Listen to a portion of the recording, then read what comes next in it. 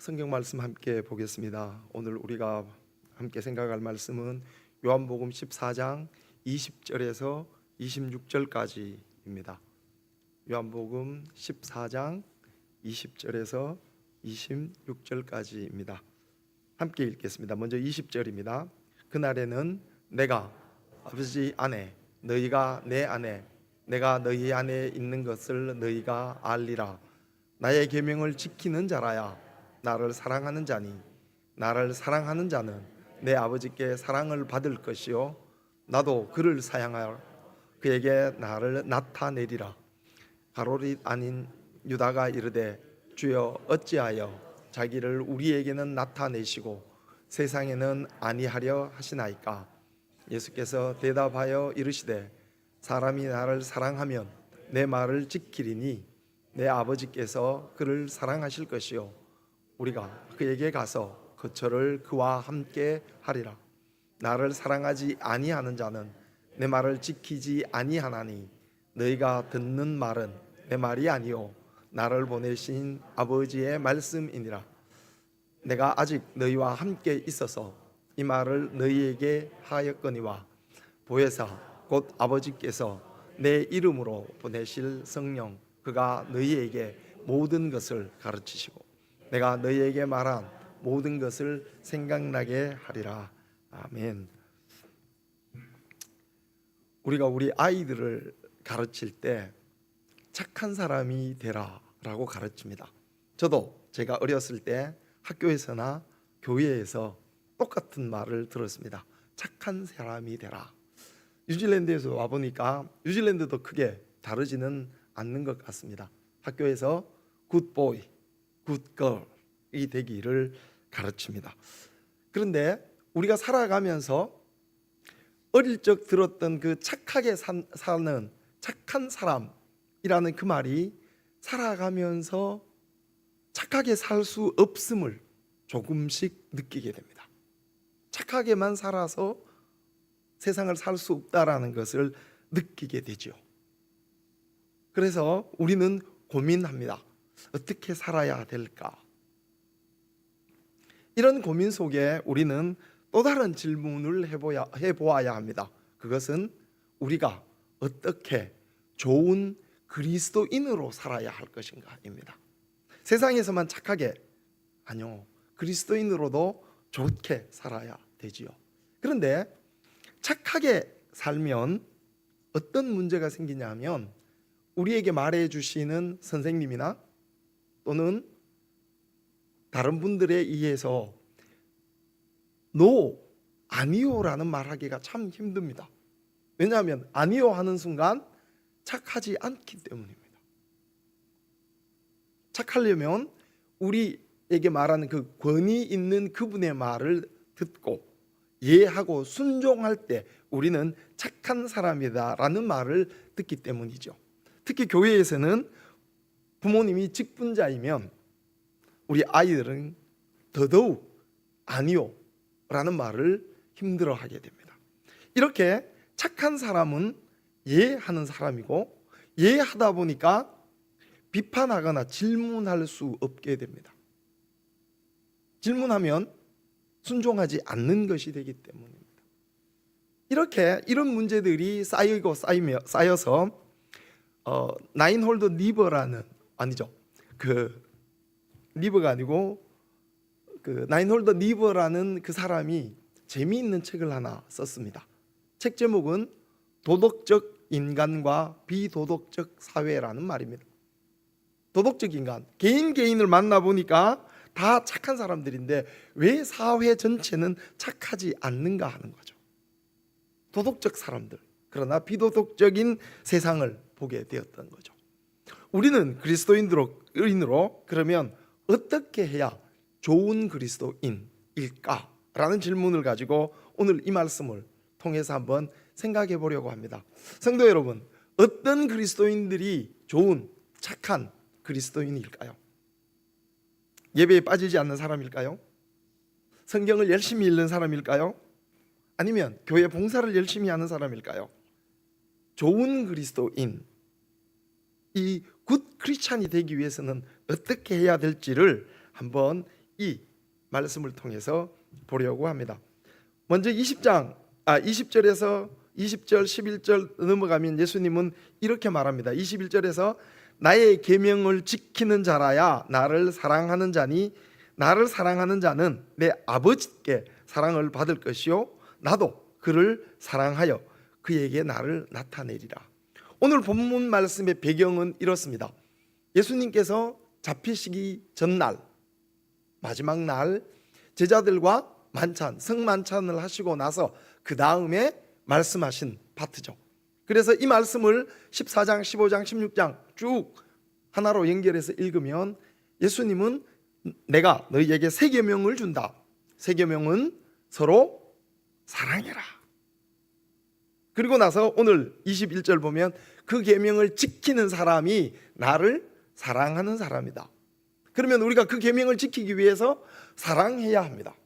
교회에서 가장 많이 듣는 말 중에 하나가 바로 사랑이라는 단어이죠.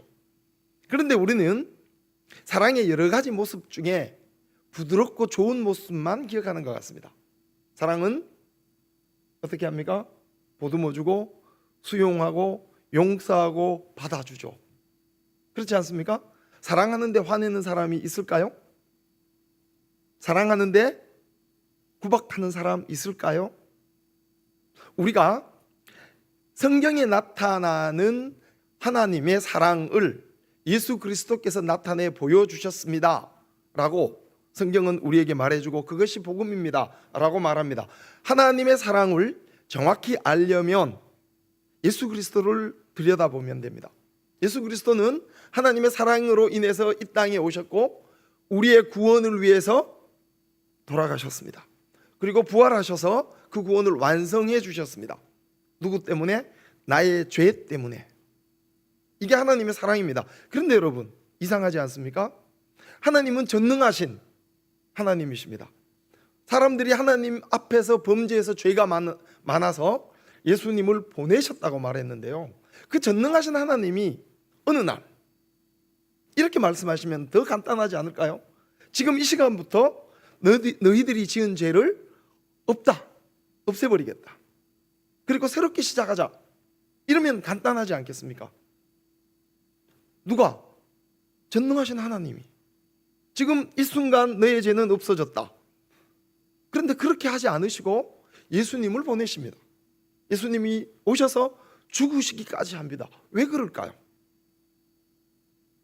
하나님의 사랑이 이 땅에 구체적으로 드러나고 현실이 될 때에 무엇이 꼭 필요하냐 하면 공의와 정의입니다.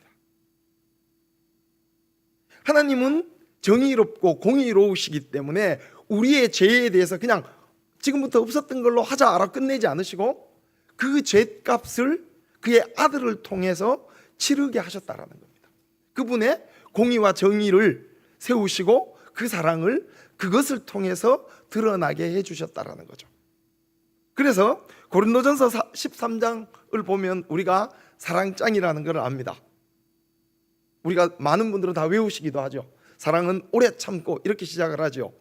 그런데 여러분, 그 사랑에 대해서 고린도전서 13장 6절에 가면 사랑은 이렇다라고 말해줍니다. 사랑은 불의를 기뻐하지 아니하며 진리와 함께 기뻐합니다. 사랑은 불의를, 정의롭지 않는 것을 기뻐하지 않는답니다. 진리를 기뻐한답니다. 그래서 우리가 많은 사람들이 기억하는 아주 유명한 말씀이 하나 더 있죠. 아모스서 5장 24절. 정의를 강물같이, 공의를 강물같이 마르지 않게 하라고 말해줍니다. 하나님의 사랑이 우리에게 와서 드러날 때 뭐가 있어야 된다고요? 공의와 정의가 있어야 합니다. 공의는 영어로 righteousness, 즉 내 자신의 옳고듬입니다. 정의는 지역사회, 그 공동체 안에서 행해야 될 옳고든 도리입니다. 그러면 어느 쪽이 먼저이겠습니까? 내가 하나님 앞에서 올곧게 서서 그 말씀을 실행할 때 공동체 안에 올곧음이 이루어져 가겠지요. 하나님의 사랑은 바로 이 공의와 정의를 누구를 통해서요? 내 명령을 실행하는, 준행하는, 따르는 바로 우리로부터 시작한다는 사실입니다. 내가 하나님 앞에 올곧게 서서 내가 그 올곧음을 내 삶 속에서 실행할 때 우리 공동체 안에, 우리 사회 안에, 우리 나라 안에 하나님의 공의와 정의가 이루어질 것입니다. 그런데 우리가 가만히 생각해 보면 정의는 외치지만 올곧음을 잊어버릴 때가 있죠. 나의 이익을 위해서 슬쩍 눈 감을 때도 있습니다. 그래서 우리 모두는 고민하는 이유가 바로 나의 삶이 하나님 앞에서 비겁한 삶이었기 때문입니다. 여러분, 내가 하나님 앞에서 올곧게 서서 노력을 하고 최선을 다해서 하나님의 의를, 하나님의 사랑을 이 땅에 이루려고 노력할 때 거기서도 우리는 고민합니다. 무엇 때문에? 나의 이익 때문에, 나의 욕심 때문에. 그래서 우리 모두가 하나님 앞에서 비겁한 삶, 정의롭지 않는 삶, 구원자가 필요한 삶을 살게 되었다는 겁니다. 우리는 돌아보면 발각되지 않았을 뿐이지 내 삶 한쪽 구석에 있는 비겁함을 다 껴안고 살아가죠.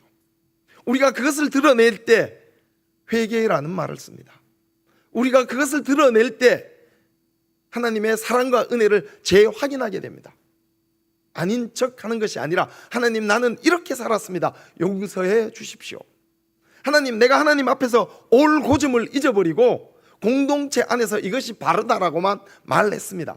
오늘 예수님이 뭐라고 말씀하십니까? 나의 계명을 지키는 자라야 나를 사랑하는 자다. 나의 계명, 예수 그리스도께서 우리에게 말씀해 주신 그 사랑의 계명. 그러면 예수님은 사랑이셨는데 우리가 성경을 가만히 읽어보면 때로는 예수님이 분노하는 장면도 우리가 읽을 수 있습니다. 구약의 전통을 따라서 그들의 이익을 위해서 가식적이고 잘못된 것을 지키려는 바리새인들을 향해서 예수님이 뭐라고 말씀하십니까? 신랄하게 비판하십니다. 이 독사의 자식들아. 사람들이 성전에 와서 예배드리고 제사드리기 위해서 먼 곳에서부터 성전에 드릴 제물, 동물을 가지고 오다가 이 짐승이 흠이 생기면 제사를 못 드리니까 성전 앞마당에서 자, 와서 깨끗한 짐승을 사십시오. 그래서 예배를 드리십시오. 처음에는 좋은 의도로 성전 앞마당에 시장이 생겼습니다. 그런데 그것이 타락해서 정말 시장이 되고 이윤을 추구하는 시장 바닥이 되었을 때 예수님이 거기 가서 뭐라고 말씀하셨습니까? 나의 집은 기도하는 집이다. 시장터로 만들지 말라며 그들의 테이블을 엎으셨습니다. 왜? 그분의 올곧음과 정의로움이 있었기 때문이죠. 우리는 정직하고 우리는 좋은 것을 위해서 비판할 때도 있습니다. 그러나 사랑이 결여된 비판은 자칫 비난으로 가기가 일쑤입니다. 나의 욕심을 가지고 나의 이익을 위해서 비판이 아니라 비난하는 우를 범하기도 한다는 사실입니다.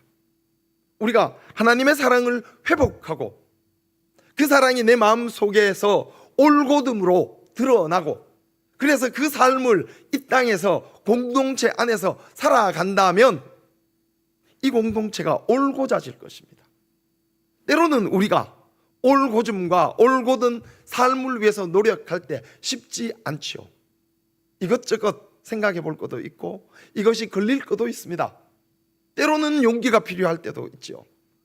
그래서 오늘 26절을 보면 예수님은 이렇게 말씀해 주십니다.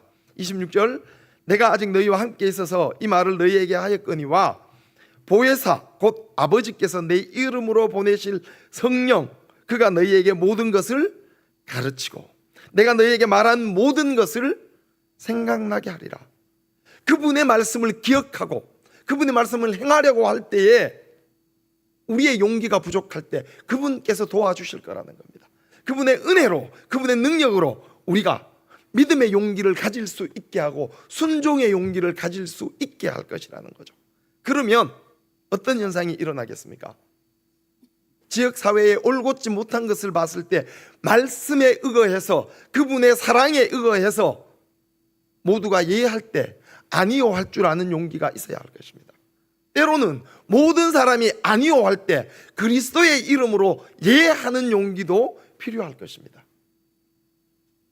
우리가 말씀 안에서 사랑 위에서 이것을 실천할 때 필요한 용기이고 실천할 때 필요한 힘입니다. 그것이 필요하다면 성령 하나님께 간구하십시오. 그래서 말씀을 기억나게 하고 말씀을 이해시켜 달라고 기도하십시오. 그분과 함께 하나님의 사랑을 실천해 가십시오. 부드럽고 좋은 면뿐만 아니라 때로는 우리가 이 땅에서 그 올곧음과 정의로움을 위해서 우리는 우리의 목소리를 분명하게 말해야 될 때가 있을 것입니다. 여러분, 성경은 말씀해 주십니다. 사랑이기 때문에 다 용서하는 것, 사랑이기 때문에 다 수용하는 것이 아니라 그 사랑 위에서 잘못된 것은 바로잡고 그 사랑 위에서 비판받을 것은 받아야 한다. 왜? 내가 너를 사랑하기에 이것은 고쳐야겠다라고. 그 사랑이 결여되는 순간에 우리의 비판과 우리의 이야기들은 힐난과 욕함으로 바뀌어버리는 거죠. 여러분, 오늘 말씀은 우리에게 말해줍니다. 나를 사랑한다면 나의 계명을 따라라. 나의 계명은 사랑이다. 그 사랑은 너의 올곧음 위에서 이 사회 속에서 정의로운 삶을 살아갈 때 드러나게 될 것이다. 그런 삶을 살면 너희들이 어려워질 거야. 예수님이 말씀해 주셨습니다. 그래서 이런 올곧고 바른 삶을 살 때 너희는 세상의 빛 될 것이고 너희는 세상의 소금이 될 것이다 라고. 여러분, 사랑 안에서 견디십시오. 사랑 안에서 바로 서십시오. 그리고 용기를 가지고 행하십시오. 비판의 기준이, 충고의 기준이 하나님의 사랑의 마음이어야 한다라는 사실입니다. 우리 모두가 비겁했음을 고백하고 그 비겁함을 통해서 한 걸음 더 성숙할 수 있는 계기가 되었으면 합니다. 고린도전서 13장 4절에서 8절입니다. 사랑은 오래 참고 사랑은 온유하며 시기하지 아니하며 사랑은 자랑하지 아니하며 교만하지 아니하며 무례히 행치 아니하며 자기의 유익을 구하지 아니하며 썩내지 아니하며 악한 것을 생각하지 아니하며 불의를 기뻐하지 아니하며 진리와 함께 기뻐하고 모든 것을 참으며 모든 것을 믿으며 모든 것을 바라며 모든 것을 견디느니라. 사랑은 언제까지나 떨어지지 아니하되 예언도 폐하고 방언도 기치고 지식도 폐하리라. 그러나 사랑은 여러분의 삶 속에 예수 그리스도의 구원의 은혜로 영원히 남아서 성령과 함께 우리의 올곧은 삶을 영위하도록 인도해 가실 것입니다. 사랑 안에서 올곧음과 정의로운 삶을 살아가십시오. 기도하겠습니다. 사랑과 은혜의 아버지 하나님, 감사합니다. 오늘도 저희들에게 말씀으로 우리의 삶을 되돌아보게 하시고 우리의 비겁함을 고백하게 하신 주님, 그렇습니다. 이 땅에 의인은 없고 한 명도 없다고 말씀해 주셨습니다. 그 죄인된 삶을 고백합니다. 주님, 사랑의 이름으로 비난하고 사랑의 이름으로 비판했던 우리 자신을 하나님 앞에 내어놓습니다. 우리의 이익과 우리의 만족을 위한 삶이 아니라 예수 그리스도의 구원을 선포하는 올곧은 믿음 안에서 바른 삶을 살아가는 하나님의 삶을, 하나님이 원하시는 삶을 성령과 함께 살아갈 수 있게 인도해 주십시오. 우리의 힘으로 되지 않음을 고백합니다. 성령 하나님께서 기억나게 하시고 이해하게 하시고 은혜와 능력으로 인도해 주셔서 우리가 우리 공동체 안에서부터 나의 올고줌으로 이 지역 사회의 바른 삶까지 책임져가는 세상의 빛과 소금 되는 삶을 살아갈 수 있게 인도해 주십시오. 하나님, 우리의 적은 믿음도 적은 순종을 통해서 행하시는 줄 믿습니다. 우리의 이 작은 것들을 통해서 큰 결과를 만들어내실 줄 믿습니다. 하나님, 함께 해주시고 인도해 주시고 축복해 주십시오. 좋으신 예수님 이름으로 기도드렸습니다. 아멘. 우리 함께 봉헌 찬송 하겠습니다.